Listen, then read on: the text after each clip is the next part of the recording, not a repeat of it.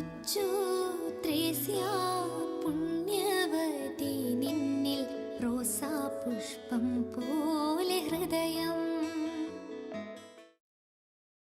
ചെറുപുഷ്പമൊഴികൾ. ലിസ്യുവിലെ വിശ ചെറുപുഷ്പത്തോടൊപ്പം 100 ദിനങ്ങൾ. ഇന്നത്തെ ദിവസം നമ്മൾ ധ്യാനിക്കുന്ന ചെറുപുഷ്പമൊഴി, സൃഷ്ടികൾ എനിക്കും ഞാൻ അവയ്ക്കും നിരർത്ഥകമായി ഭവിക്കട്ടെ.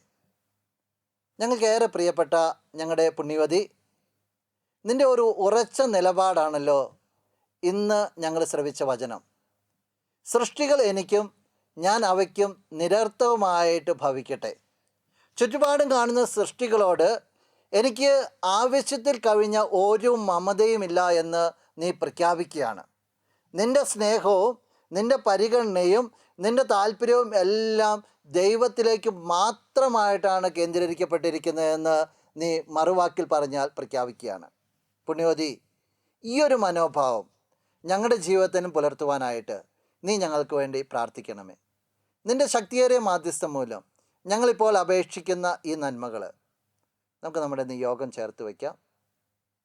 നിൻ്റെ നല്ല ദൈവത്തിൽ നിന്ന് നീ ഞങ്ങൾക്കായി വാങ്ങിത്തരണമേ. ആമേൻ. നമ്മുടെ കർത്താവ് ഈശോ മിശിഹായുടെ കൃപയും പിതാവായ ദൈവത്തിൻ്റെ സ്നേഹവും പരിശുദ്ധാത്മാവിൻ്റെ സഹവാസവും വിശുദ്ധ കൊച്ചു ത്രേസ്യയുടെ പുഷ്പവർഷവും നിന്നോട് കൂടെ ഉണ്ടായിരിക്കട്ടെ, ഇപ്പോഴും എപ്പോഴും എന്നേക്കും. ആമേൻ. കൊച്ചു ത്രേസ്യ പുണ്യവതി നിന്നിൽ റോസാപുഷ്പം പോലെ ഹൃദയം.